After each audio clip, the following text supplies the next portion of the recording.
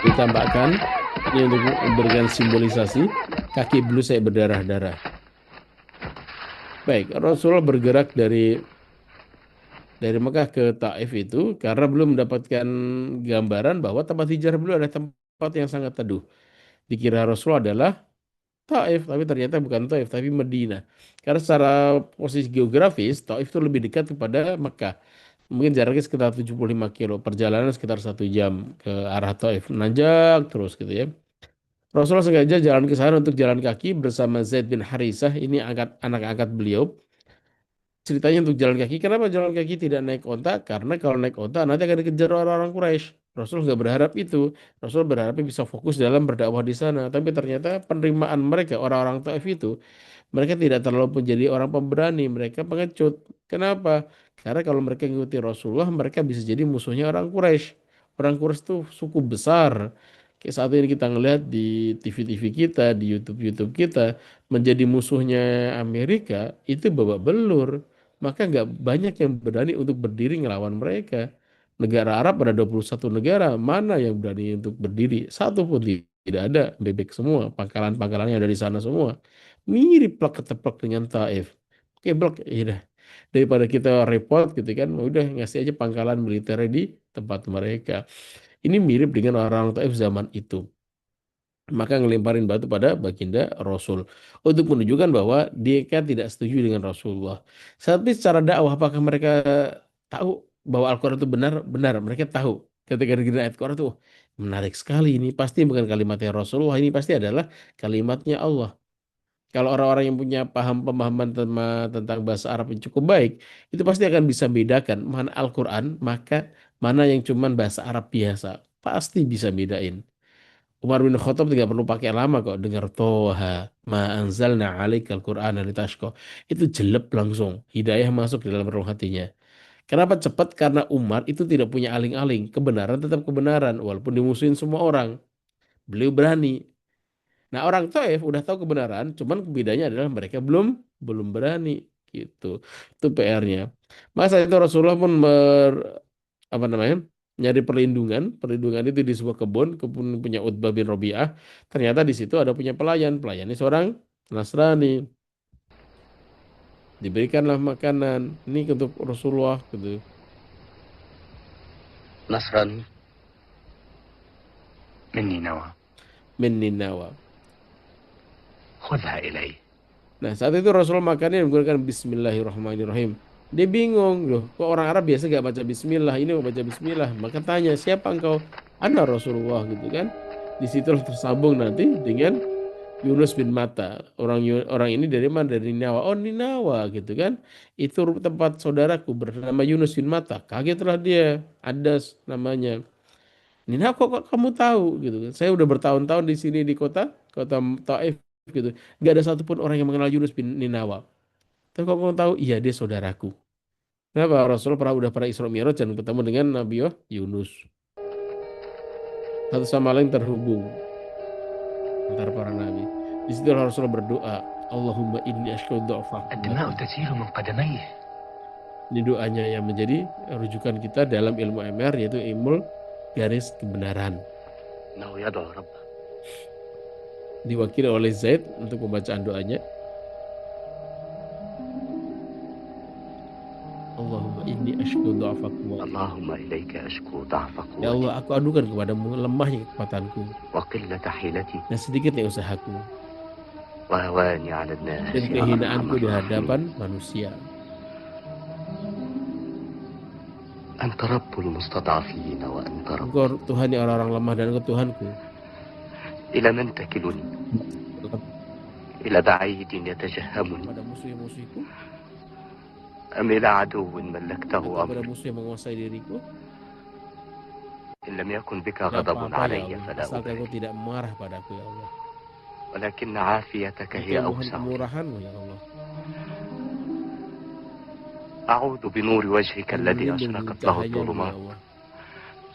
وصلح عليه أمر الدنيا والآخرة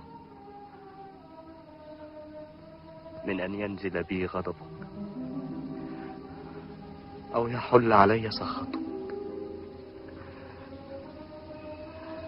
لك العتبى حتى ترضى ولا حول ولا قوة إلا بك.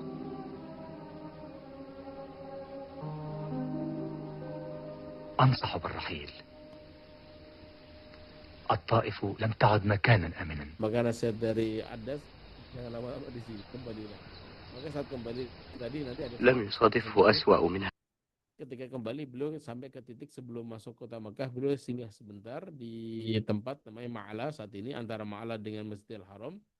Lalu jalan kaki sekitar 1 jam lagi, 1,5 kilo kira-kira, atau 1 kilo lah. Di situ nanti beliau akan istirahat sebentar dan beliau sholat.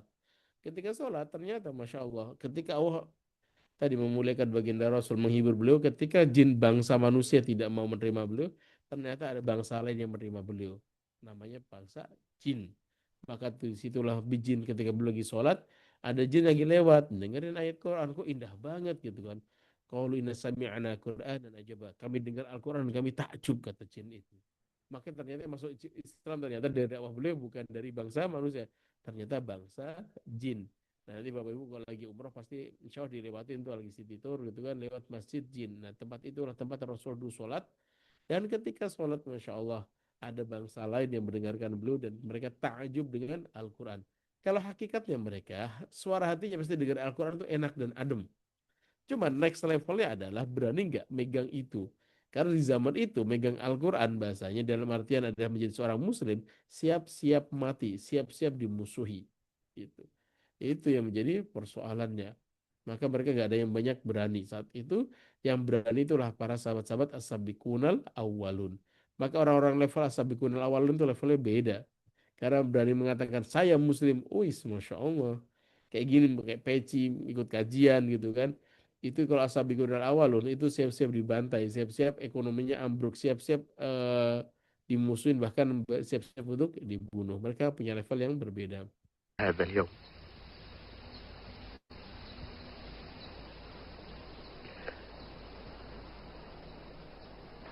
واستجاب الله لدعاء نبيه. Nah, ini tahun ke-10, maka tahun ke-11, 12, 13 belum merubah pola. Sekarang setiap musim haji beliau datengin satu persatu. منذ عام بايع نفر من حجيج يثرب سرا. Baik, saya kecilin suaranya ya, biar ada penjelasan. Nah, setelah itu, maka Rasulullah apa yang lakukan? Beliau setiap ada musim haji, beliau ngetok pintu. Setiap tenda diketok, ketok, ketok. Ada Rasulullah, ada Rasulullah, ada Rasulullah. Jadi ngetok pintu untuk door to door dakwah itu ada. Pernah dilakukan Rasulullah? Pernah. Saat tahun 11, 12, dan 13 kenabian. Ternyata Masya Allah ada yang nyangkut. Banyak yang menolak, iya, tapi ada yang nyangkut. Ketika sampai di tempatnya tendanya orang-orang Madinah, ini orang-orang Madinah, ternyata ada yang nyangkut. Orang Mekah udah speechless semuanya. Orang Madinah yang masih memiliki hati dan berani untuk mengungkapkan hatinya. Mereka tahu kalau misalkan mengikuti Rasulullah, siap-siap diembargo, siap-siap perekonomian mereka ambruk, siap-siap mereka akan diperangi. Maka itu menjadi mental mereka. Ini diingatkan lagi teman-teman nih. Kalian berani benar berbaiat. Kalau baiat itu benar-benar adalah baiat kamu satu mendapatkan keimanan, mendapatkan surganya Allah. Tapi satu paket di belakang itu semuanya adalah siap-siap nggak untuk dapat apa? Untuk dapat ini apa namanya? Detox rizki bahasanya gitu ya. Ujian demi ujian. Bapak Ibu kan banyak yang cerita kemarin itu Masya Allah, Ustaz saya alhamdulillah keluar dari riba. Kok pas keluar dari riba mau babak belur ya Ustaz ya? Ketika saya melakukan tadi deteksi rezeki, saya keluar dari area ribawi gitu kan, kok ujiannya semakin dalam, kirain semakin udah selesai gitu kan, ternyata semakin dalam. Oh, Allah ingin ada deteksi rezeki, dibersihkan dulu, bertahun-tahun connecting dengan riba, bertahun-tahun badannya kotor, Allah minta itu dikasih sabun dulu, ditemuin apa namanya, dikasih sabun pahit, masukin mesin cuci, diucek-ucek. Oh, pengen ngebersihin itu gitu. Maka orang-orang Madinah pun sama, mereka menghadirkan itu, tahu resikonya kalau mengikuti baginda Rasul. Kata mereka, iya kami siap. Oh siap, ya sudah, bismillah maju. Kalau nggak siap, mundur dari awal. Tapi ternyata mereka berani dan siap. تبايعون على أن يكون المؤمنون الغرباء إخوانكم والكافرون أعداءكم ولو كانوا ذوي قربى. تبايعون على تحطيم أصنامكم من الحجارة وتهشيم أوثانكم من الخشب وإلقائها في النار. يا قوم، إما أنكم تصبرون على كل ذلك فبايعوا، وإما أنكم قوم تخافون من أنفسكم فلا تبايعوا. والذي بعثك بالحق لنبايعن على أن نمنعك مما نمنع أنفسنا وأبناءنا وأهلينا. على هذا نبايع رسول الله، ومن نكث فإنما ينكث على نفسه.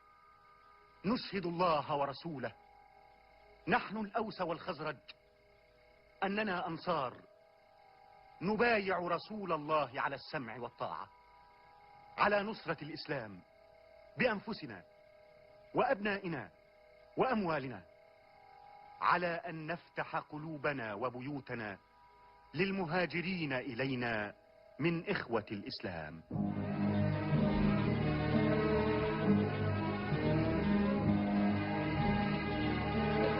Inilah orang-orang berani itu yang mereka bersiap membuka pintunya kepada orang-orang muslimin.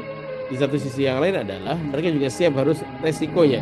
Mereka juga dimusuhi sebagaimana seorang muslim.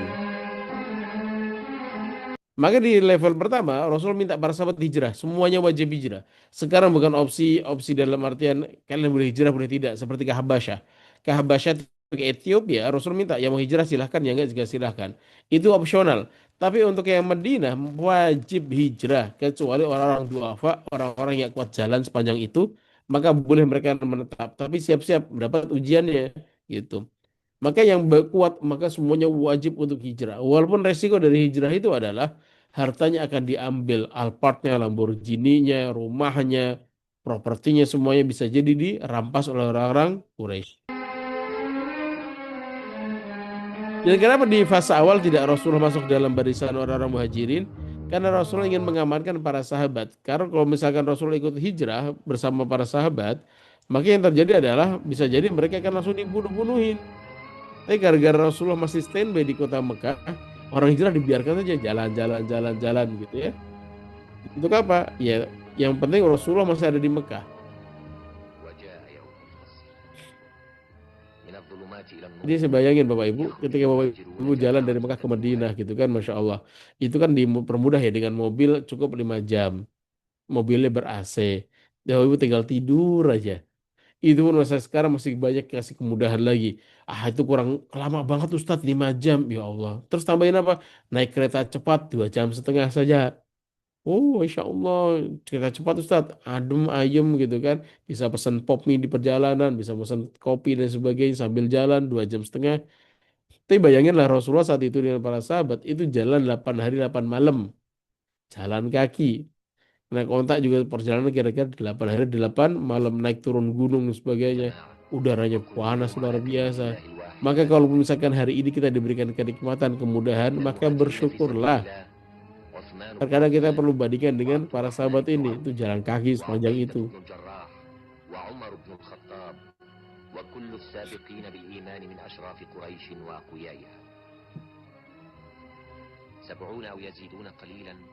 هم كل هؤلاء متتابعين في مسيرة قدر لها أن تصحح مسار الزمان والإنسان وتغير وجه العالم لكن رسول الله لن يغادر مكة. Tapi Rasul belum berangkat. Kenapa? Karena belum jagain kota Mekah. Ketika semua para sahabat sudah aman di kota Madinah, maka nextnya adalah Rasulullah yang hijrah. Nah menariknya saat itu para sahabat hijrah ya izin untuk, maka silahkan. Tapi saat Abu Bakar As-Siddiq mau hijrah, ya Rasulullah muhajir, ya Rasulullah aku akan hijrah ya Rasulullah. Nah, itu benar. As-suhbah. Nanti temenin aku. Maka saat itu Sayyidina Abu Bakar nangis gitu kan. Allah, alhamdulillah dipilih sama Rasulullah untuk menjadi teman beliau. Saat itu para ulama bertanya-tanya, kenapa yang dipilih kok Abu Bakar? Abu Bakar itu badannya kurus gitu kan. Untuk kalau misalkan berperang itu ya nggak kuat-kuat banget. Kenapa nggak memilih Umar bin Khattab saja? Umar bin Khattab, Masya Allah gitu kan, badannya besar. Kira-kira pas pampres lah. Terus kalau kenapa nggak milih seperti Utsman bin Affan atau Abdurrahman bin Auf yang kaya raya, apalagi Utsman bin Affan disayang oleh orang Quraisy, kayaknya juga nggak ketulungan gitu ya, saking kayanya beliau. Kira-kira kalau dalam modal perjalanan dakwah itu yang butuh bantuan, misalkan butuh beli sesuatu gitu kan, itu Utsman lebih layak di situ. Dan kedua juga Utsman menantu beliau gitu. Tapi ternyata enggak, yang dipilih adalah orang yang termulia di antara mereka, yang secara ketakwaan paling tinggi di antara mereka. Namanya adalah Abu Bakar As-Siddiq. Maka teman terbaik dalam perjalanan kita adalah teman yang paling soleh di antara yang ada kesolehannya. Ya sahabat Umar soleh pasti gitu kan. Sahabat Utsman nggak diragukan lagi, mereka para ahli ahli surga. Tapi dalam pimpinan orang-orang kesolehan ini, sahabat Abu Bakar itu di puncak tertinggi kesolehan dan ketakwaannya. Maka di sini orang-orang Quraisy pun berpikir, gimana caranya kita harus membentikan Rasulullah, jangan sampai dia berangkat keluar. Kita bunuh saja. Maka ada tiga ide pertama saat itu, kita bunuh. Loh, kalau kamu bunuh nanti Bani Hashim juga akan bunuh kalian semua. Bani Hashim itu kelompok besar. Jadi suku Quraisy besar gitu ya di Mekah, Madinah. Di Mekah itu Quraisy. Nanti di dalamnya ada kabilah-kabilah. Namanya kabilah ada Bani Hashim, Bani Makhzum, Bani mana gitu kan.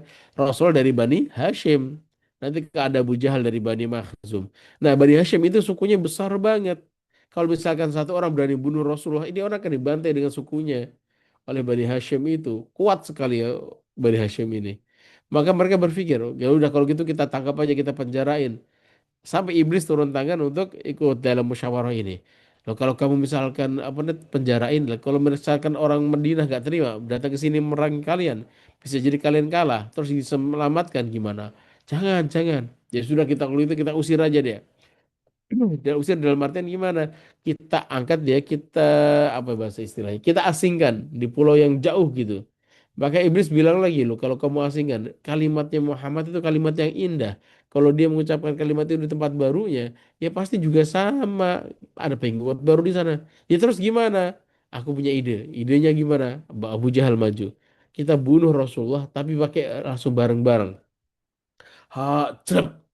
Nah, yang bunuh ini jangan satu orang, tapi 12 kabilah yang ada, kabilah besar itu semua harus membunuhnya coba bareng-bareng. Jelep. Terus nanti kalau Bani Hasyim bertanya, siapa membunuh dia? Kami semua 12. Kalau satu suku, satu kabilah melawan 12 kabilah yang besar itu, maka seperti Bani Hasyim nggak siap. Apa yang terjadi? Ya udah mereka pakai diat, minta 100 ekor onta. Ya udah kasih aja beres persoalan gitu. Tapi ternyata Allah punya rencana lain. أصبحتم في قبضة يده لن تمضوا بقوافلكم إلى الشام إلا متسللين Ini untuk menunjukkan bahwa orang-orang non-Muslim, orang-orang yang tidak suka musuh Islam, mereka selalu punya perencanaan. سأنتظر Mereka sudah punya perencanaan untuk merusak orang-orang Muslimin. Maka kita harus orang Muslimin harus punya perencanaan juga untuk punya alternatif. وتعودوا سيرتكم الأولى وفي فترة انتظارك ما هو دورك؟ سأعتنق الإسلام Abdul bin Ubay bin ويجب أن Salul, يترك لهم مسقط ini رأسها pimpinan orang-orang munafikin. Na'udzubillah min إنها dzalik. تستحق التضحية النفاق. نعم يا هند النفاق Saya والعناد cepetin saja ini. ابن سلول يا Maka punya ide, idenya seperti ini. Ayo, kata Abu Jahal. Nanti kalau misalkan Rasulullah tidur, kita bunuh dengan keadaan bersama-sama. ستبقى دعوته والكلمات. Dalam keadaan jelek bareng-bareng. ولكن فكرة أبي الحسن Maka dilaksanakan ide itu, malam itu mereka datang semuanya, nunggu Rasul tidur sampai nyenyak. Setelah itu akan dibunuh secara berjamaah. 12 suku, anak mudanya, semuanya menunggu. Mereka tidak langsung membunuh, tapi mereka langsung menunggu dulu. Agar apa? Agar mendapati Rasul dalam keadaan tenang, tidak ada perlawanan. Pas seperti itulah kira-kira darah akan tercecer-cecer di 12 suku itu. Tapi ternyata Rasulullah sudah mempersiapkan yang jauh lebih matang daripada mereka. Menyiapkan Sayyidina Ali bin Abi Thalib tidur di pembaringan beliau, menyiapkan Abu Bakar dengan keluarganya harus menjadi belum mereka menjadi apa namanya cikal bakal untuk Rasulullah transit nanti di Jabal Sur. Siapa yang mengirimkan informasi, mengirimkan makanan, mengirimkan penghilang jejak, itu semua udah detail banget. Perang sekolah beliau, kami sering menyampaikan posisi tempat rumah Rasulullah ini sekarang posisinya di mana? Di dekat pintu Marwa. Ketika Bapak Ibu keluar dari pintu Marwa setelah tahallul itu ya, disitulah dekat di situ ada rumah baginda Rasulullah. Rumah Rasulullah bersama ibunda Khadijah. Pas mau dibunuh ternyata, loh, kok Ali bukan Rasulullah? Rasulullah sudah pergi. Di situ orang-orang Quraisy marah luar biasa, muntap Ali digelandang dari rumah beliau di Marwah itu sampai depan Ka'bah digebukin, saya bonyok beliau. على كل طريق رقيب ليس أمامه غير الصحراء 100 ناقة لمن يأتي بمحمد حيا أو ميتا Bagi siapa yang menempati baginda Rasul hidup ataupun mati, maka akan dapat 100 ekor ودليل unta. أن أريقط أعرف الناس بالصحراء. Abdul bin Uraikid sebagai penunjuk jalan, beliau di padang pasir.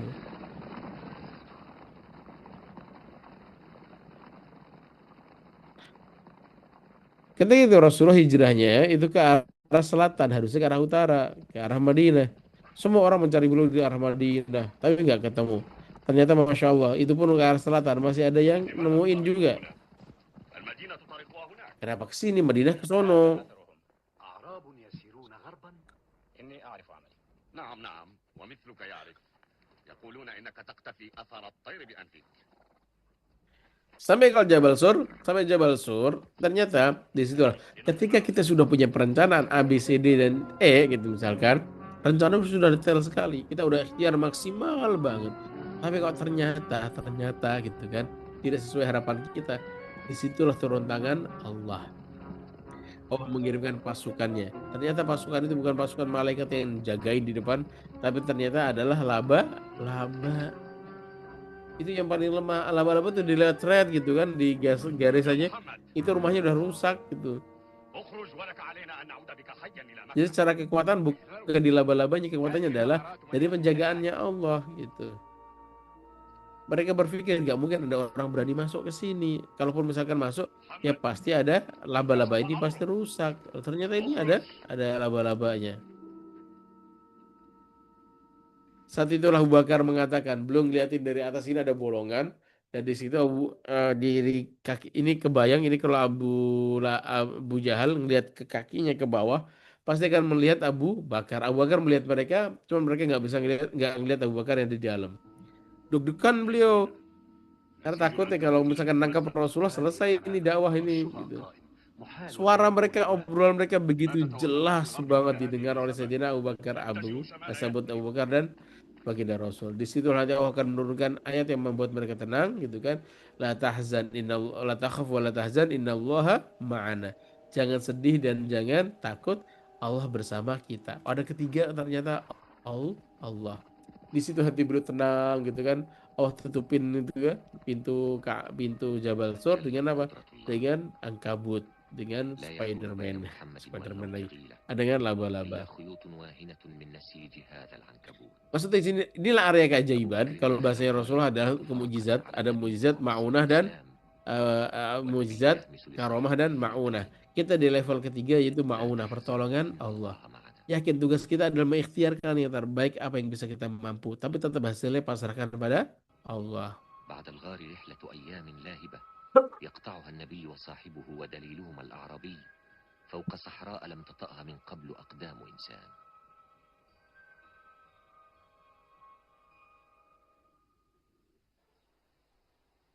في المدينة يترقب المسلمون مقدم رسول الله وقلوبهم من الخوف والإشفاق تكاد تحترق. Baik, saat itu Rasulullah ini kita saat itu tanya jawab saat ya. Seperti cukup sampai sini. Oke, saat itu Rasulullah standby selama 3 hari di Jabal Sur untuk apa? Sambil nungguin sampai puncaknya adalah ketika orang-orang Quraisy sudah mulai tidak lagi mencari beliau, maka beliau berani bergerak menuju ke sana. Dan perjalanan dakwahnya, kenapa sih Rasulullah nggak minta aja Buraq untuk turun tangan? Buruk saat itu tahun ke-10, ini kan tahun ke-13 ya. Jadi 3 tahun yang lalu Buruk pernah mengantarkan Rasulullah sampai ke Sidratil Muntaha, langit ke-7.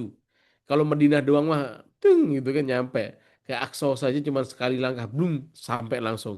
Apalagi Madinah gitu kan, itu jauh lebih dekat daripada Al-Aqsa. Tapi ternyata gitu kan, nggak dikirimkan Buruk. Kenapa? Karena Buruk nggak bisa diikutin oleh umatnya. Ustaz Solicen gitu naik buruk ya nggak bisa.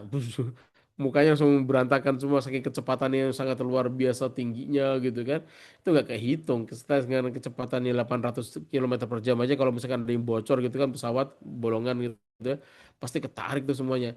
Nah itu nggak mungkin bisa dinalar oleh kita karena dia area mukjizat. Maka di situ Rasul mengajarkan pada kita bahwa ada ikhtiar yang maksimal, ada sebuah perencanaan yang detail. Sering saya sampaikan kepada jamaah Bapak Ibu dan saya dengar materi dari Ustadz Nasrullah, tema tentang Jabal Sur, tema sebuah perencanaan kita sebagai seorang Muslim. Jadi tidak melulu semuanya ya iya. Merencanakan kebaikan itu adalah bagian dari ikhtiar kita menjemput rizki yang terbaik gitu ya. Dengan kita meyakini pasti ada keajaiban dari Allah Subhanahu wa taala.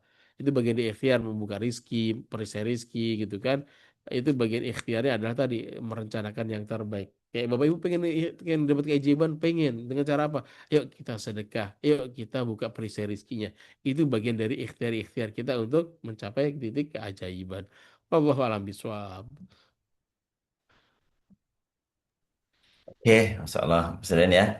Kebayang lagi ya memori kita tentang kisah-kisah ini yang memang dulu dulu pernah dengar gitu ya, pernah baca, pernah lihat gitu ya. Maka kebayang lagi tuh bagaimana perjuangan Nabi Muhammad SAW bersama Abu Bakar. Di sana juga ada perjuangan putri beliau, Putri Abu Bakar ya untuk mengantarkan makanan di sana. Ya, Juga ada perjuangan banyak sekali ya, ada perjuangan penunjuk jalannya gitu ya. Ada perjuangan banyak sekali perjuangan-perjuangan yang perlu disiapkan di sana menuju ke kota Madinah ya, kota keajaiban di sana. Insya Allah ini banyak hikmahnya teman-teman ya. Silakan kalau ada yang mau di-sharing tanyakan. Ini ada pertanyaan Muhammad Al-Fatih. Assalamualaikum. Pertanyaan Ustadz, di mana kita bisa dapatkan kisah kehidupan Rasulullah SAW dari A sampai Z? Buku sama atau video gitu. oh, Mungkin kalau buku apa banyak. rekomendasinya, kalau video atau film tuh yang apa gitu Ustaz? Oke, kalau buku As-Sirah An-Nabawiyah gitu kan, itu banyak sekali Bapak Ibu, silahkan dipilih saja. Apa ya?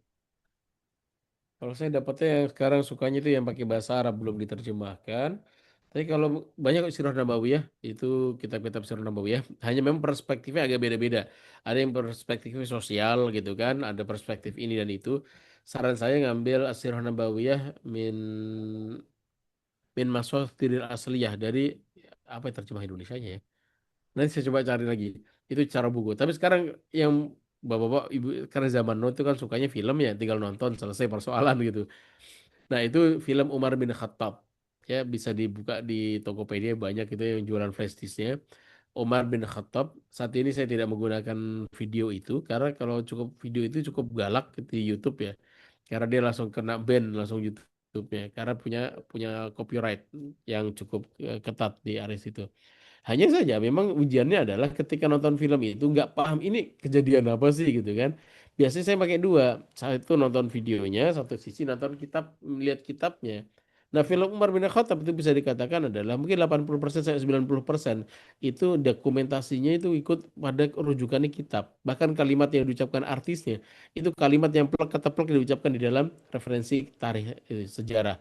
Nah, cuman persoalannya adalah kita bisa bertanya, ini siapa, kejadian apa, ngomong apa gitu kan, menjadi persoalan. Ya, itu apa namanya, cukup film Umar bin Khattab cukup detail.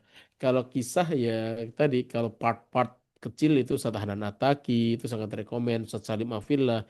Ustadz Salim Afillah kalau cerita tema tentang Sirah Nabawi ya kayak kita ada di situ, ngebayangin detailnya luar biasa. Oh iya belum pernah merekomendasikan kitabnya ada Ra'fat Basya. Itu ada tulisan Ra'fat Basya pengarangnya Habib itu dan itu sangat rekomen memang detail sekali. Kalau misalkan cerita sejarah Rasul hijrah tanggal segini berapa jam sebagai itu kan kurang menarik ya. Tapi kalau misalkan detail bagaimana Rasul ketemu dengan Ummu Ma'bad itu seorang yang tinggal di perkampungan orang-orang apa namanya Badui pedalaman yang di tengah gurun gitu ya itu ketemu terus didetailkan pertemuan itu menarik. Kalau saya biasanya sekarang pakai kitabnya di PDF Ustadz, jadi untuk referensi tambahannya di area situ tapi bentuknya bahasa Arab. Tadi untuk video ya, tadi rekomendasinya dari mana dari film Umar bin Khattab itu sangat-sangat rekomen. Walam Kalau film bisawab. yang ditayang tadi, Ustaz, film apa tuh? Apa? Film yang ditayang tadi. Oh itu Ar-Risalah. Wah, ini salah, film lama ya. Salah, iya betul.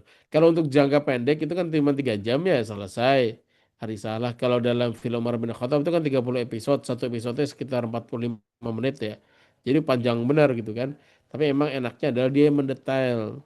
Pendetailan tadi itu ya tadi ya mulai dari yang umum dulu, habis itu kalau menarik maka lanjut dengan pendetailan gitu. Kayak misalkan kayak kisah-kisah kemarin saya bayangin bantu dari video gitu kan, terus habis itu ngebayangin kita ke Taif, Rasul dilemparin batu gitu. Oh di sini tempat dilemparin batu. Tempat itu sejuk sekali, tempat itu sangat indah, sayur mayur di sana. Kita ngebayangin sayuran di Bogor biasa, tapi ngebayangin ada sayuran, ada buah-buahan, bukan cuma buahnya, tapi ada tanamannya di tanah Taif, tanah Arab itu bisa ya gitu kan. Tapi ternyata benar di sana tuh ada banyak sayuran yang memang made in lagi. Memang ditanam di tanah Arab itu. Yang tempat yang dihadapkan jadi tempat hijrahnya Rasulullah SAW. Baik, kira-kira gitu Ustaz. Yes. Kayak Risalah, Umar bin Khattab, terus ada buku yang, kalau buku itu ada yang dilombakan di Arab Saudi itu, Tat. Itu juga kayaknya bagus juga tuh. Oh iya, Sirah Hmm. Nabawiyah itu apa namanya? Yang Eh, saya punya itu tuh dibaca di cukup lengkap tuh kisahnya dari pra iya, pra kenabian ya, dari pra kenabian sampai dengan wafatnya beliau itu lengkap juga tuh. betul, Itu yang betul. dilombakan di Arab Saudi waktu itu. Saya itu juga keren tuh. Nah, sekali banyak sekali kisahnya ya teman-teman. Silakan yang penting ketika ada bukunya dibaca ya, jangan disimpan aja ya. Karena Ada di Gramedia, Bapak. di mana juga banyak ada teman-teman. Ya, silakan ya Pak Muhammad Al-Fatih, yang namanya juga Muhammad Al-Fatih ini keren ya. Soal dapat kisah inspirasi dari sana. Oke, ada yang lain tanya teman-teman silakan. Ustadz untuk pondok pesantren sekarang udah close pendaftaran ya?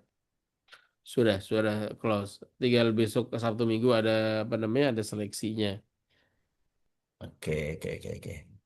Baik, tampaknya tak ada nih yang tanya-tanya nih. Nah, atau mungkin sudah eh, Aman, insya Allah. kenal, sudah seneng ya, dan so, temanya udah dapat deh gitu ya. Setelah nanti dilanjutkan di next ya. Di pekan depan ada Ustaz Agus dulu, nanti di 2 pekan berikutnya Ustaz Ali bisa hadir lagi insya Allah. Oke, silakan kalau ada teman-teman Ustaz Ali sebelum di closing. Baik, jadi sirah nabawiyah itu sirah untuk dipraktekkan, tidak untuk didiskusikan sebenarnya, untuk dipraktekkan, untuk kita muhasabah diri. Sesering muhasabah diri adalah ketika kita memperbandingkan diri kita dengan baginda Rasul gitu dalam ujian dan sebagainya. Nanti jadi indah. Ketika kita punya ujian yang nggak ringan gitu kan, oh Rasul ternyata jauh lebih tidak ringan daripada kita. Rasul pernah dicuekin, pernah gitu kan. Ketika kita sakit hati dicuekin oleh anak-anak kita, oleh istri dan sebagainya gitu kan, tidak dihargai oleh mereka. Ada satu momen juga Rasul pernah dicuekin oleh itu. Maka ketika perbandingannya dengan Rasulullah, rujukannya dengan Rasulullah, ada sanatnya ke sana. Oh, alhamdulillah. Maka kita akan punya apa ya namanya? Punya perbandingan lah yang membuat kita hati kita lebih tenang gitu. Kalau kayak misalkan kemarin ketika teman-teman jamaah ada 35 orang, semuanya 35 jamaah itu, 34 jamaah itu masuk ke Al-Aqsa.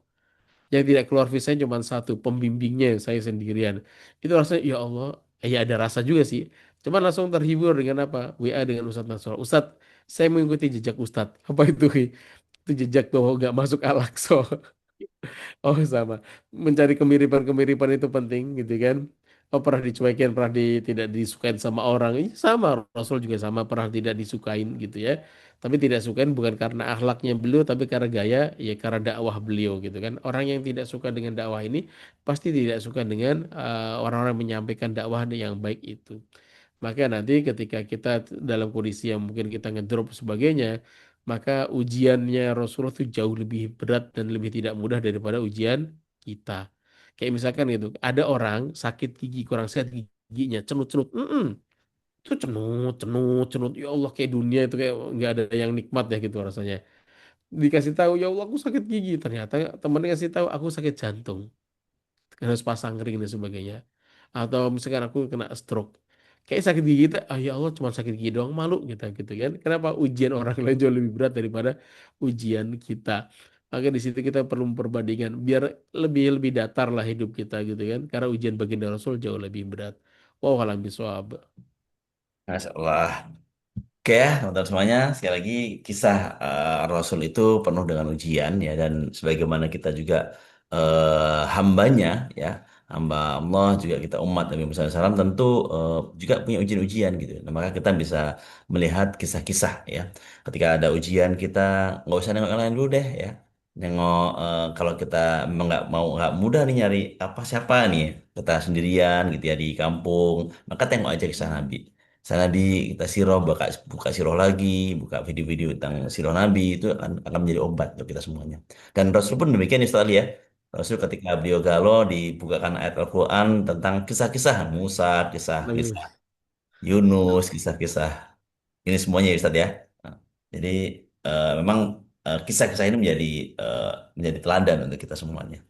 Oke, Bapak sekalian, rasanya cukup ya. Nanti Cukup. kita sharing lagi di next yang akan datang untuk kembali ke Sirah Nabawiyah. Teman-teman semuanya semangat terus ya. kami hadir terus di Zoom subuh pagi hari ini memang ya Allah pilihkan gitu ya.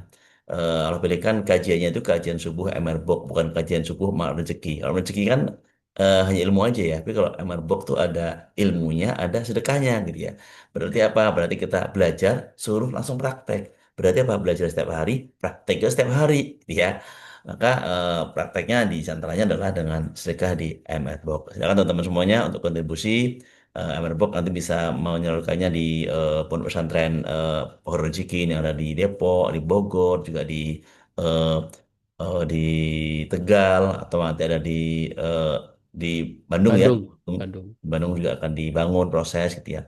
Juga sedekah bisa selain sedekah di MR Book juga bisa melalui ke infaknya, wakafnya, wakaf pembangunan pesantren ya. Aku ke wali asuh santri banyak sekali teman-teman di mana rezeki untuk kita bisa menitipkan harta kita, menyimpan harta kita nanti di masa depan nanti ya. Itu di Yayasan Horizon Rezeki itu banyak sekali. Banyak channelnya kalau nanti mau A mau B C mau perlu kejelasan boleh hubungi saya nanti ya. Infonya saya infokan insya Allah ya tentang apa-apa yang bisa dikontribusikan kita di One Rezeki. Sekalian, cukup dari kami semuanya. Insya Allah manfaat, berkah. Ini hari Jumat, semangat, jayakan umat dengan memperbanyak infak sedekah, memperbanyak banyak sholawat, gitu ya. Lalu ada yang sudah PMB dapat harta, dapat dana donasi, segera masak, gitu ya. Masak, olah, kirimkan ke umat-umat yang ada di sekitar kita ini. Boleh di masjid, di pondok pesantren, di yayasan dan sebagainya. Silakan ya teman semuanya untuk berkontribusi. Ini Jumat yang luar biasa ya. Ini di Syawal, masih bersawal insya Allah. Oke, ada tambahan lagi closing dari Ustaz Ali mungkin? Cukup Ustadz. Cukup ya. Baik, kalau cukup teman-teman semuanya, mari kita akhiri dengan membaca doa kafaratul majelis. Subhanakallahumma bihamdihi, subhanakallahumma bihamdika, asyhadu alla ilaha illa anta, astaghfiruka wa atubu ilaih. Kurang lebihnya kami semua mohon maaf atas nama Magnet Rezeki, MR Peduli, MR Book, Hadijah Magnet Rezeki, juga Pondok Pesantren, STMR dan semuanya menyampaikan terima kasih. Sejak kemudian kasir juga mohon maaf atas segala sesuatunya. Kita akhiri dengan ucapan Assalamualaikum warahmatullahi wabarakatuh. Waalaikumsalam warahmatullahi wabarakatuh. Barakallah Ustaz ilmunya. Siap. Wabarakatuh Bunda. Ya Ustaz. Terima kasih semuanya ya.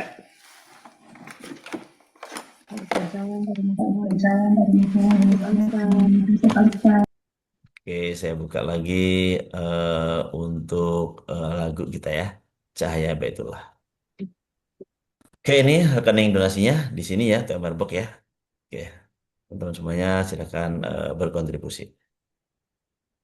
Oh, ini materi Bunda Ijah kemarin ya, masih nempel di sini rupanya ya. Oke, nggak apa-apa. Ini doa Nabi.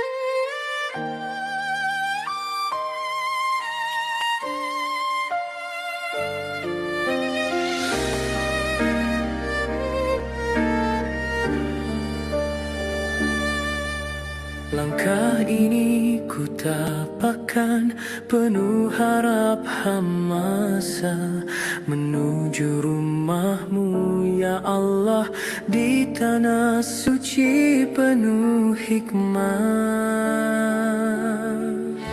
Air mata jatuh perlahan di antara doa dan rasa. Ku tahu engkau dekat, lebih dekat dari segala. Tak terhitung doa yang ku panjatkan dalam sujud malam penuh keheningan. Ku titipkan cintaku, langitkan mimpi padamu yang maha membolak-balikan hati. Di Baitullah ku temui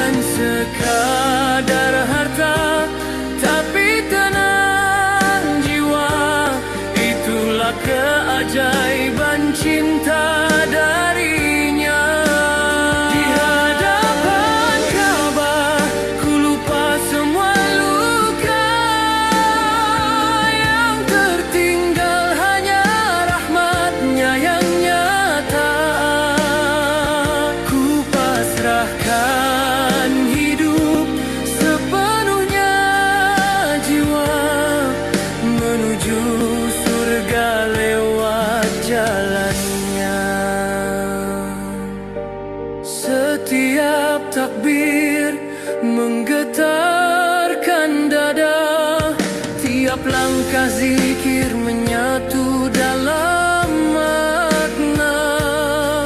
Aku hanyalah hamba yang hina, namun dipanggil, diberi cahaya cinta. Ya Allah, jika rezeki adalah jalan kembali kepadamu, maka luaskanlah. Jika ujian adalah cara mendekat, maka tabahkanlah.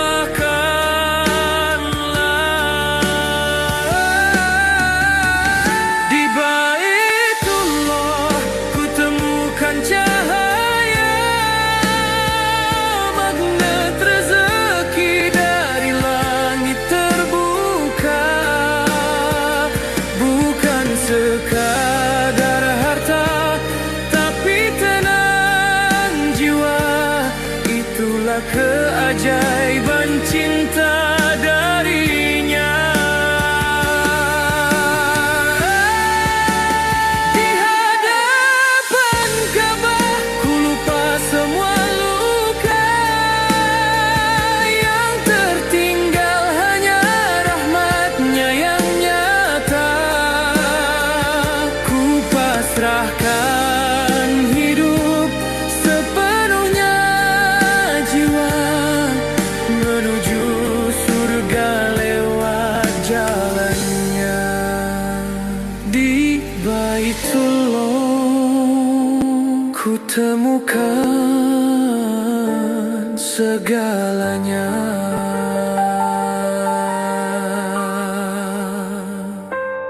Menuju rumahmu, ya Allah.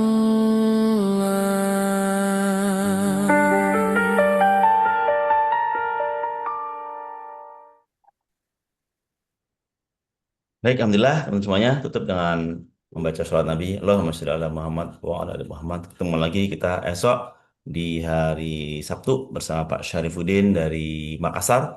Kita akan membahas tentang kedahsyatan niat, ya insya Allah bersama beliau di hari esok. Teman semuanya, terima kasih atas segala sesuatunya. Mohon dimaafkan kalau nggak tepat ya. Maka kita izin untuk end meeting for all kita semuanya. Terima kasih semuanya.